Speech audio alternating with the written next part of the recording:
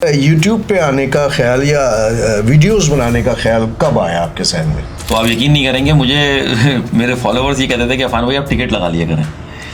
तो इतना रश होता था, टिकट मतलब जो आपके फॉलोअर्स आपसे मिलने के लिए आ रहे हैं तो आपको एक एक करके टाइम देना है, तो आप सबको पर्ची बांट दिया करें। तो एक बंदा बाहर बैठा देता है, अफान भाई थोड़ी सी अर्निंग शुरू हो जाती है इस तरह। फ्रंट कैमरा आप क्यों नहीं करते?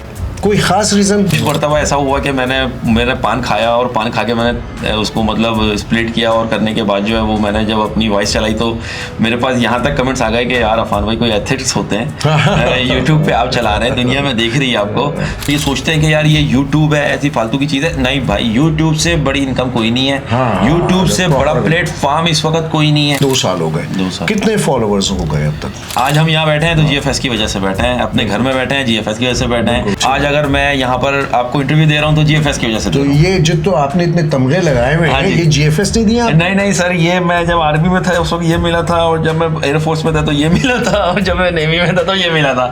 सीधी सी बात। फरीदाबाद जो है वसीम भाई और आप लोगों की टीम बहुत अच्छा काम कर रहे हैं माशाल्लाह। आप लोगों की अनथक मेहनत की वजह से आज आप इस मकाम पे हैं माशाल्लाह से। एक आम आदमी को आप उठा के उसको अपने घर का मालिक बना देते हैं। वो SHO वाली क्या स्टोरी थी वो आपने बताई थी कि वो आ गए थे घर पे आपके, कुछ आप SHO ग्रेड के अफसर थे। ये मेरी वाइफ बैठी है, ये बड़ी फ़ैन है आपकी और आपको बहुत पसंद करती है ये, तो आप इनसे बात कर लें। जगह जगह आपके बैनर मैंने देखे हैं, अफान शेख यूट्यूबर, इस तरह के बैनर कौन लगाता है? आप लगाते हैं या आपके फ़ैन लगाते हैं?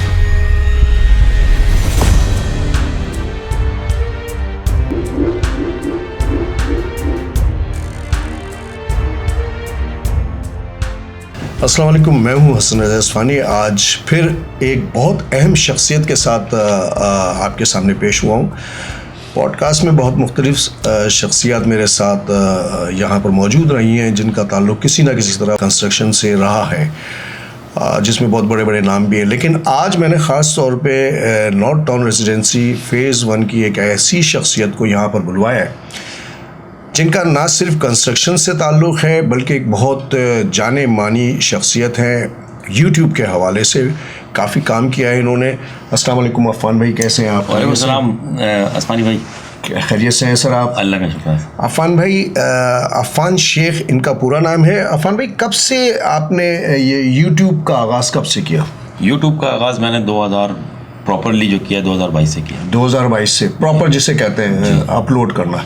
अच्छा, नॉर्थ टाउन रेजिडेंसी फ़ेज़ 1 में आप कब यहाँ पर आपने मकान अपना घर बनाया था? मैंने कोरोना से पहले 27 मार्च को 2020 में मैंने स्टार्टिंग की थी कंस्ट्रक्शन। ठीक। और 23 अगस्त 2020 को मैं शिफ्ट हो चुका था। ठीक है। उस वक्त क्या कंडीशन थी यहाँ पर? रहाइश कितने लोग थे, कितने मकानात बने हुए थे? हसन भाई, उस वक्त जो है ना मेरा 5वां घर था। अच्छा। और सब जंगल था, खाली खाने थे, जगह खाली थी, मैदान था, पहाड़ियाँ थी, ओल्ड एक्सटेंशन भी नहीं था इनके पास। ठीक है। और ओवरसीज भी नहीं था, सुपीरियर भी नहीं था, सिर्फ एग्जीक्यूटिव था।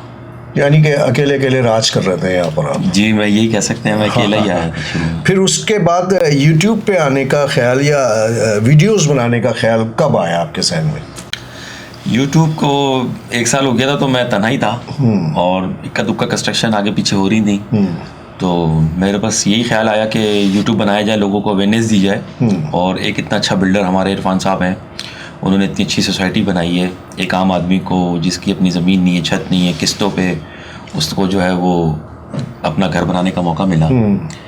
तो जब आपको पता है कि यहाँ पर अपना कराची में घर बनाना बहुत बड़ा मुश्किल काम है, तो ऐसी सूरत हाल के अंदर जब मैंने अपने ऊपर प्रैक्टिकल किया और मैं भी अपनी ज़मीन अपने छत का मालिक बना, तो मैंने कोशिश करी कि जितने ये प्लॉट्स हैं वो लोग आएँ, बुकिंग करवाएं, क्योंकि उस वक्त ये सेल कर रहे थे, तो वो भी अपने घर के मालिक बने किस्तों पे।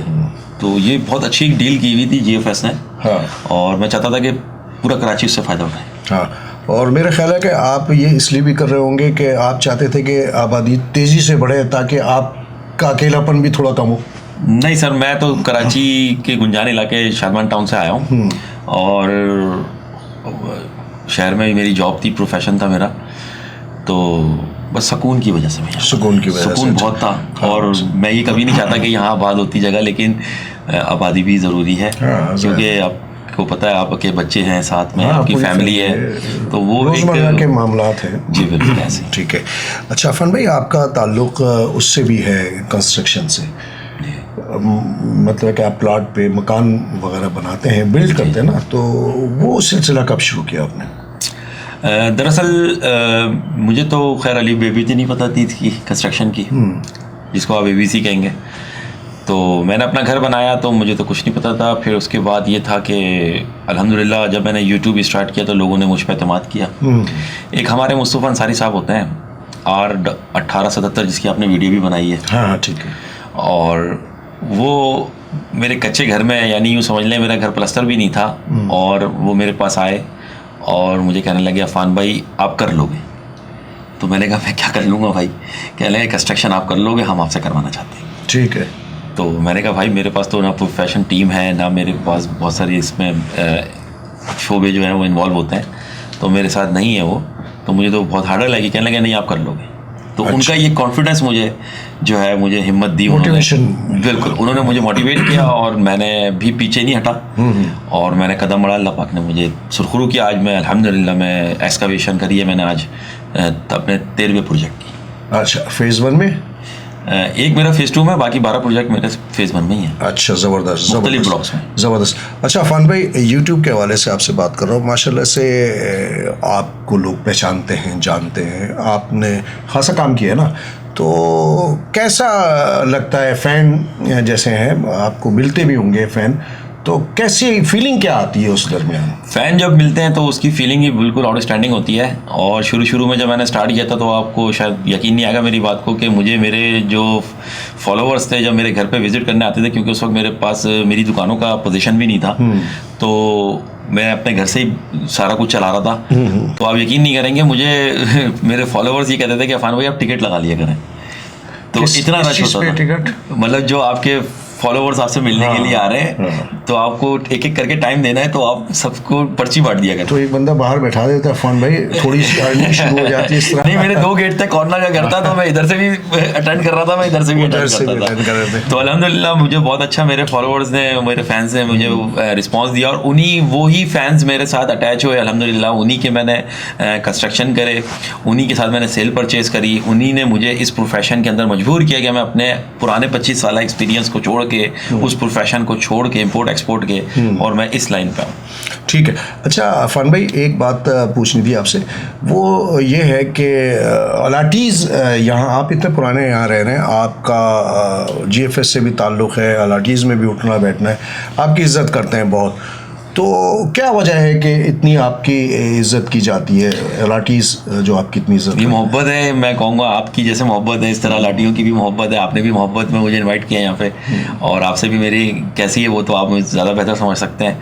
तो मैं समझता हूँ कि इंसान को स्ट्रेट फॉरवर्ड होना चाहिए, और बज़ाहिर तो ये बड़ा बुरा लगता है स्ट्रेट फॉरवर्ड होना, वक्ती तौर पे तो बहुत तकलीफ भी देता है। साहब वो इंसान पसंद नहीं किया जाता, नहीं किया जाता आज के इस माशरे में। लेकिन मेरी कामयाबी, शायद मैं कहूँगा मेरी जो दिल में जगह है लोगों के लिए, वो मेरा स्ट्रेट फॉरवर्ड ही होना है। अफान भाई, यूट्यूब पे आप को कितने साल हो गए काम करते हुए? मैं 2022 में। 2022 से, यानी कि आप 2 साल हो गए। 2 साल। कितने फॉलोअर्स हो गए अब तक? मेरे इस वक्त जो दरअसल मेरे जो फॉलोवर्स हैं, यानी मेरे जो सब्सक्राइबर्स हैं, वो एक्चुअल हैं बिल्कुल, और वो ज़्यादातर इन्वेस्टर्स हैं और सोसाइटी से रिलेटेड अलाटीज़ हैं।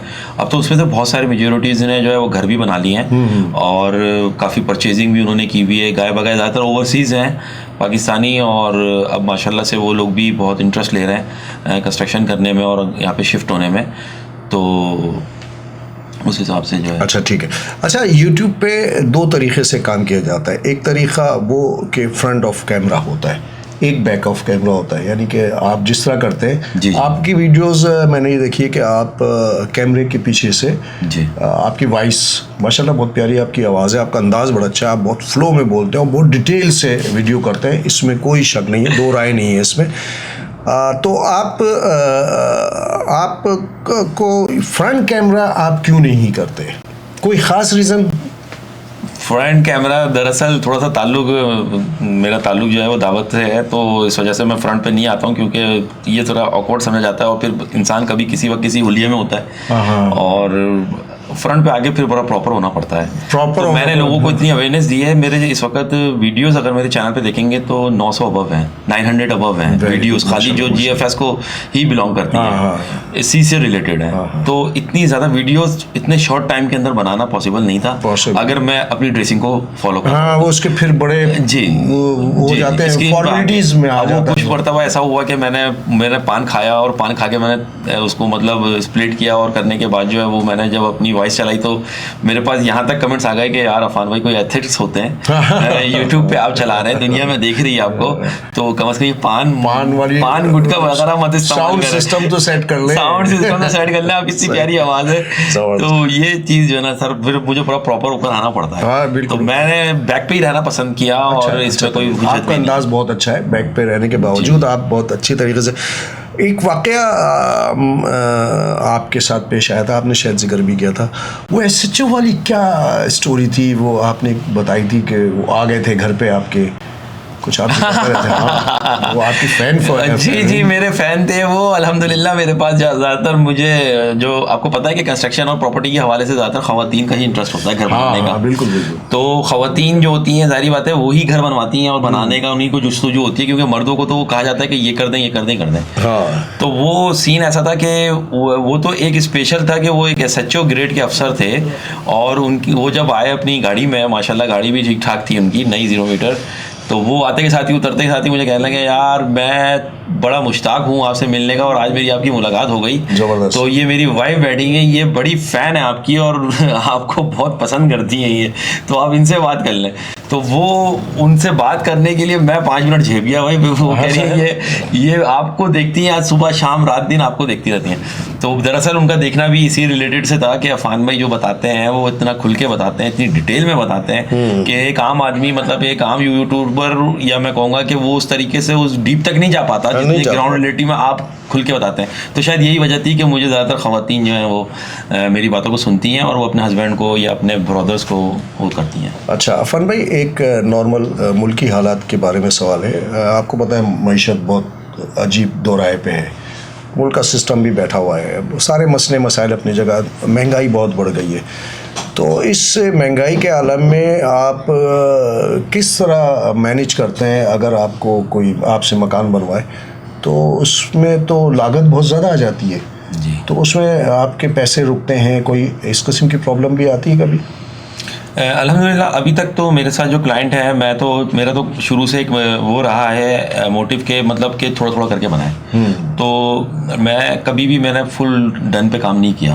मुस्तफ़ा साहब का भी घर मैंने ground+1 बनाया, ग्रे करा, सब कुछ किया, तो उनके साथ भी मैं स्टेप बाय स्टेप ही चला। ठीक है। और उसके बाद भी मैंने अल्हम्दुलिल्लाह जितना 998 पे, आपका 2100 पे, जिस तरह भी मैंने 1109 और 1061 और जिस तरह मैंने काम किए वो सब मैंने स्टेप बाय स्टेप चले, क्योंकि मैंने एक जिस तरह GFS ने 50,000 60,000 की SBC की मैप की अप्रूवल की एक स्कीम चलाई थी, उसी स्कीम को मद्देनजर रखते हुए मैंने भी लोगों के लिए एक सहूलत ये निकाली कि भाई अगर आपके पास 2 लाख हैं, 3 लाख हैं, 4 लाख हैं, जो भी कुछ आपके पास पड़ा हुआ है तो आप समझेंगे आप अपने घर में लगा दें। तो 2 लाख से भी बहुत कुछ हो जाएगा आपके 80 गज के प्लॉट पे और 120 गज के प्लॉट पे। तो वो 2 लाख पे ये मत सोचें कि हम किस्तें ले लें, हम कर्जा ले लें, हम सूद ले लें और सूद लेकर हम अपनी कंस्ट्रक्शन करें। लिटरली मैं बता रहा हूँ, यहाँ पे बहुत सारे घर ऐसे हैं जो बहुत 0 मीटर, आपको बहुत ही लेविश किस्म के घर हैं, वो फैंसी, लेकिन उनका पूरा कर्जे में डूबा हुआ है। सही कह रहे हैं आप, सही कह रहे हैं। उनकी 4 लाख रुपए इनकम है, 4 लाख रुपए में से मेरे ख्याल से 4,000 भी उनके पास महीने के एंड में नहीं बचते। तो वो ज़्यादा मुनासिब नहीं कि इंसान के पास थोड़ा है और वो थोड़ा लगाए और थोड़ा थोड़ा करके घर बना ले। बिल्कुल इसके कि वो किसी से 40 लाख रुपए उधार ले, तो नुमाइश के चक्कर में इंसान पिस जाता है, या 20 लाख रुपए, यहाँ तक कि कील तक अगर बेगम साहिबा की पसंद की अगर दीवार पे नहीं लगी है तो बेगम साहिबा उस वक्त तक घर शिफ्ट नहीं करेंगी।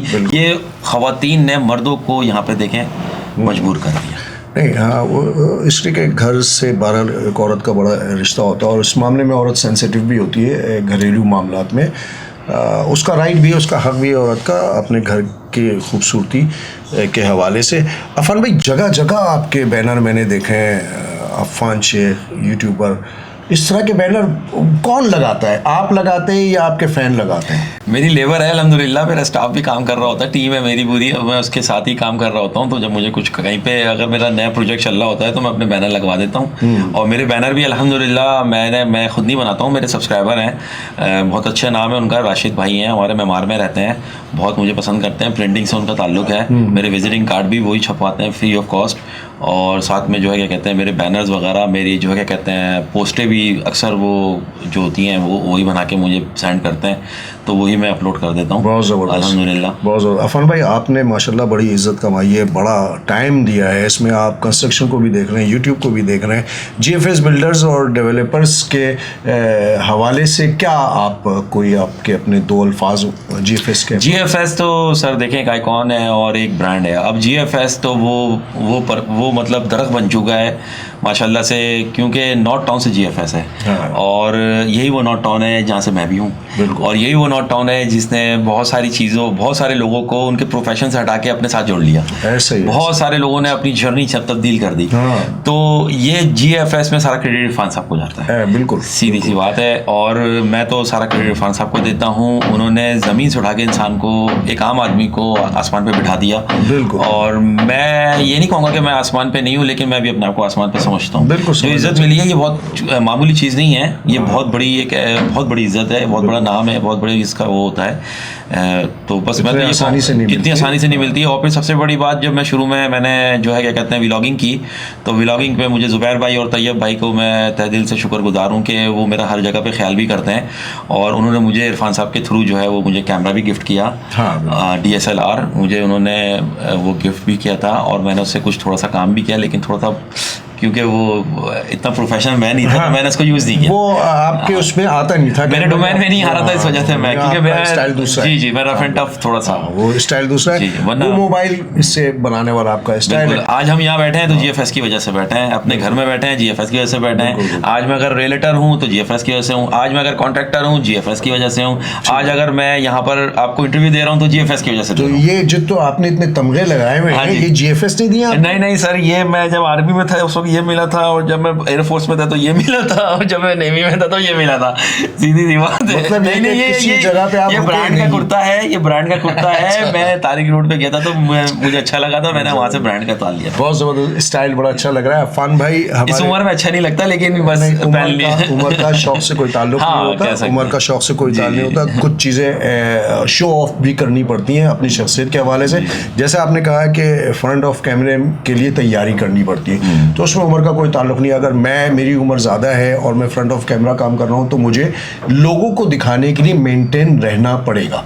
ये तो मार्केटिंग है। दिलजाबाद के लिए मैं काम करता हूँ। दिलजाबाद के हवाले से कुछ आपके ख्यालात सर? दिलजाबाद जो है वसीम भाई और आप लोगों की टीम, बिलाल भाई, फाद भाई वगैरह बहुत अच्छा काम कर रहे हैं माशाल्लाह। आप लोगों की अनथक मेहनत की वजह से आज आप इस मकाम पे हैं माशाल्लाह से, कि आज मैं जिधर बैठा हूँ ये पूरी बिल्डिंग तैयार है माशाल्लाह से। बहरिया में आप लोगों की बहुत अच्छी वर्किंग है, मैंने आप लोगों को खुद देखा। आप लोग बिल्कुल सेपरेटली काम करते हैं और एक बहुत ग्रॉस लेवल से आप लोग काम करते हैं। एक आम आदमी को आप उठा के उसको अपने घर का मालिक बना देते हैं। तो ये आपकी जो क्वालिटी है, यही चीज़ ने जीएफएस ने भी पिक किया हुआ है, और यही काम जीएफएस भी लेके चल रहा है अल्हम्दुलिल्लाह। जो लोग इस तरह चलते हैं, अगर वो गलती सबसे होती है, अगर 19-20 हो जाते हैं, लड़खड़ा जाते हैं कदम, तो उसमें कोई हर्ज की बात नहीं है। ये तो एक अच्छा, ये तो प्रमोशन है, अल्लाह खुश होता है इन चीज़ों से। बिल्कुल आपकी बात बिल्कुल 100% है। जीएफएस दिलजाबाद तो जीएफएस के साथ साथ तमाम प्रोजेक्ट्स में, बल्कि मैं तो ये कहूँगा कि दिलजाबाद ने जीएफएस को फॉलो किया है, और जो अंदाज़ इरफान वाहिद साहब का है वो अंदाज़ मैंने किसी और शख्स में नहीं देखा। मेरा ताल्लुक़ मीडिया से है, मैं कोशिश करता हूँ वक्त से पहले पहुँचूँ वहाँ पर, ताकि एंट्री ये वो, लेकिन मैंने हमेशा देखा है कि लोग नहीं पहुँचे होते, इरफान साहब वहाँ मौजूद होते हैं। तो उनकी जो शख्सियत है, उनका जो काम का अंदाज़ है, यही वजह है कि जीएफएस आज टॉप पे है। इसी तरह वसीम भाई भी हमारे अपने काम को इतना फोकस करते हैं कि मैंने उनको कभी रेस्ट करते हुए इस तरह इस सेंस में नहीं देखा। तो तो यही चीज़ हम भी, मैंने इरफान साहब, आपकी बात काटूंगा, मैंने इरफान साहब को खुद बुकिंग करते हुए देखा है और मैंने खुद इरफान साहब को इस तरह देखा है कि आप फाइल लें और पैसे जब आए तो दे दीजिएगा। तो ऐसा आदमी जिसने अपनी सोसाइटी को आबाद करने के लिए इस तरह का इनिशिएटिव लेके स्टार्ट किया हो, और आज 12 एकड़ से माशाल्लाह था 250 एकड़ के ऊपर 7,500 प्लॉट जिसने रेजिडेंशियल खाली निकाले हो, बिल्कुल, तो ये एक आम आदमी का काम नहीं है, गॉड गिफ्टेड है। और मेरे जैसा आदमी जो बैक हैंड पे रह के सोल्जर बन गया हो, हाँ, और GFS के लिए सुबह शाम की मार्केटिंग कर रहा हो, रात दिन की मार्केटिंग कर रहा हो, तो ये GFS के पीछे कुछ बैक हैंड है, या तो उनके माँ बाप की दुआएं या उनकी अंतक मेहनत। देखिए 2-3 चीज़ें होती हैं, बहुत काउंट करती है किसी भी काम को करने के लिए। एक तो मेहनत, ईमानदारी और लगन, और फिर सबसे बड़ी बात, उन्होंने अपनी टीम को बहुत डेडिकेट करते हैं, मतलब अपनी टीम को इतना अप्रिशिएट करते हैं वो, मतलब इतना उसको ओन कराते हैं। मतलब अगर एक मैनेजर है ना तो उसको बोलते हैं बस ये तुम्हारा है सब कुछ, तो वो खुद से ओन करेगा, वो उसको पता है यार ये चीज, ये डोमेन मेरा है, अब मैंने करना है इसको। तो वो नौकर नहीं बन के कर रहा, बल्कि वो ऑनर बन के कर रहा है, मिलके समझ के कर रहा है। तो उससे उसकी जो उसकी 50% की एनर्जी थी वो 100% पे जाती है, चली जाती है। तो ये बहुत कम बॉसेस में होता है, बहुत कम। तो बॉस जो है वो इरफान साहब है। अच्छा, आखिरी 2 लफ्ज आपसे पूछूंगा, नए यूट्यूबर के लिए कोई मैसेज? नए यूट्यूबर्स के लिए, व्लॉगर्स के लिए मेरा यही मैसेज है कि करें, बिल्कुल करें, और कुछ परेशानी आती है आस्ता आस्ता गिरते गिरते संभलते हैं। हमें भी परेशानी आई, मुझे भी बहुत परेशानी आई, एडिटिंग भी मैं खुद अकेले करता हूँ, वीडियो भी मैं खुद शूट करता हूँ, कोई टीम नहीं है मेरे साथ, लेकिन हो जाता है, बहुत अच्छा होता है। मैंने एक दिन में 4-4, 5-5 वीडियोस भी डाली हैं 10-10 मिनट की, और अब तो खैर मेरा स्केल कम हो गया, लेकिन करें बिल्कुल। मैं तो कहूँगा ये मतलब कोई इतना हार्डल नहीं है। आप लोग नए यूट्यूबर जो हैं वो यंग हैं और उनके पास बहुत सारे ऑप्शंस हैं करने के, और वो डे नाइट इस पे मेहनत करेंगे। यूट्यूब बहुत ज्यादा कंपनसेट करता है, बिल्कुल, और वो करेगा और इनकी मेहनत ज़ाया नहीं जाएगी। जो ये सोचते हैं कि यार ये यूट्यूब है ऐसी फालतू की चीज़ है, नहीं भाई, यूट्यूब से बड़ी इनकम कोई नहीं है, यूट्यूब से बड़ा प्लेटफॉर्म इस वक्त कोई नहीं है। तो जो लोग कहते हैं यार ये तो वीडियो बना के तस्वीरें खींच के आगे पीछे पार्टियों में घूमता रहता है, मैं कहता हूँ उस जैसी लाइफ एक आम आदमी भी नहीं गुजार सकता है, एक जनरल मैनेजर, एक डायरेक्टर भी नहीं गुजार सकता, क्योंकि जो प्रोटोकॉल उसको मिलता है यूट्यूबर को, वो प्रोटोकॉल शायद किसी और को नहीं मिलता। ये बात अफान भाई बहुत बेहतर जानते हैं, इसलिए कि जिस तरह माशाल्लाह से इनकी शोहरत है, इनको न सिर्फ नॉट ऑन फेज़ 1 में लोग जानते हैं, बाहर निकलते हैं तो इनकी भी बहुत पजीराई होती है, और इस किस्म के बहुत सारे वाक़यात इनके साथ होते रहे फैंस के हवाले से। व्यूअर्स, कोशिश की थी कि अफान शेख साहब से मुलाकात करके उनके बारे में, चूँकि बहुत सारे लोग अफान शेख साहब के बारे में भी जानना चाहते हैं, इनका एक बड़ा नाम है यूट्यूब की दुनिया में, इस सेंस में कि कंस्ट्रक्शन में इन्होंने जिस तरह एक अंदाज अपना रखा है वीडियोस का, और जितने फिल्मों में ये बोलते हैं, जिस अंदाज से ये बोलते हैं, बहुत कम लोगों में ये एबिलिटी होती है कि वो उसको इस तरह फिल बदी मुसलसल बोले। व्यूअर्स, अफान शेख साहब से मुलाकात करके और आप से मुलाकात करवा के मुझे बहुत खुशी हुई है। इनके बारे में इंफॉर्मेशन आप तक थोड़ी बहुत जितनी हम कर सकते थे इस दौरानिए में वो आप तक पहुंचाइए। उम्मीद है कि आपको ये पॉडकास्ट भी पसंद आई होगी। अपने होस्ट हसन रज़ा अस्फ़हानी और अफान शेख भाई को इजाज़त दें। अस्सलाम वालेकुम व रहमतुल्लाहि व बरकातहू।